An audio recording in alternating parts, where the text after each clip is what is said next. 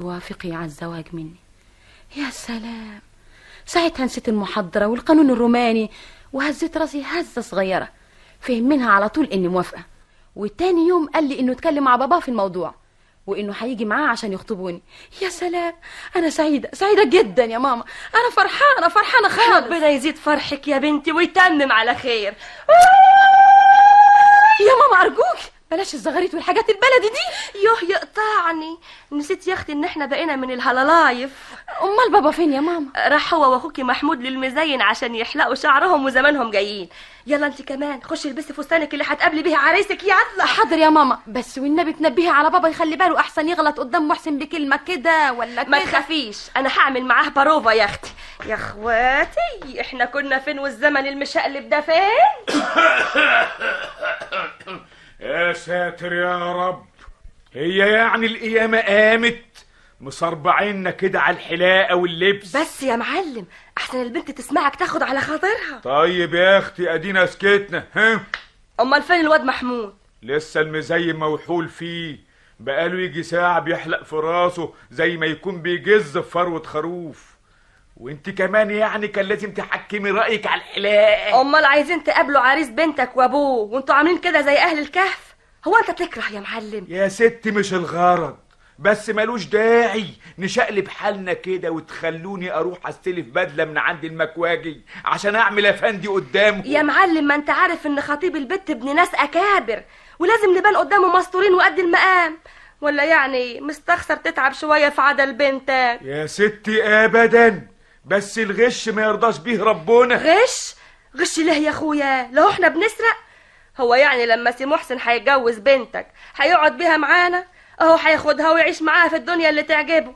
المهم انه بيحبها وبتحبه.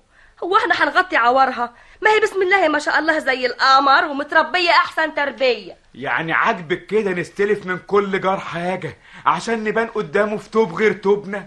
يا وليه ده اللي يبص لفوق يتعب. يا اخويا ما فيش لا فوق ولا تحت، البت وما شاء الله عليها حلاوه وادب وكمال، وغير كده من احسن بنات الجامعه، يعني تستاهل امير. واذا كنا بنداري عيبنا قدامه فده بس عشان ما نظلمهاش في بختها، ولازم نطور رقبتها قدام خطيبها.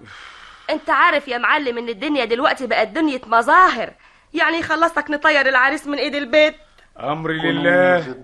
اما اروح اتحشر في البدله اللي استلفتها من المكواجي، اياك بس تيجي على قدي. يلا يا معلم يلا احسن ميعادهم قرب.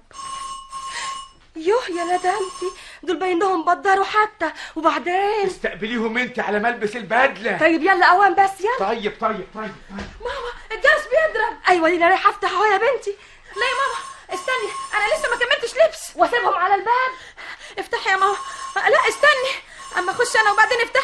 استقبليهم كويس والنبي يا ماما. اللهم عوض صبري خير. حاضر يا سي محسن حاضر. يوه عوض يا ست ام محمود. الله يعافيك يا ست ام فكيهه، اتفضلي. يزيد فضلك يا اختي، انا سمعت زغروطه من عندكم. ايه يا ترى خير؟ فرحيني.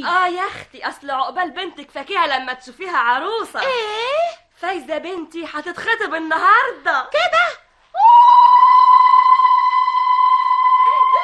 جرى ايه؟ ربنا يتمم بخير يا عروسه. تعالى اما ابوسك تعالي. ميرسي يا ست ام فكيهه، بس والنبي بلاش الزغاريت دي. والنبي فرحت لك كانك بنت بطني. كتر خيرك يا ست ام فكيهه. امال يا ست ام محمود هي الجيران مش لبعضها؟ ميرسي يا ست ام فكيهه، ربنا ما يحرمناش منك.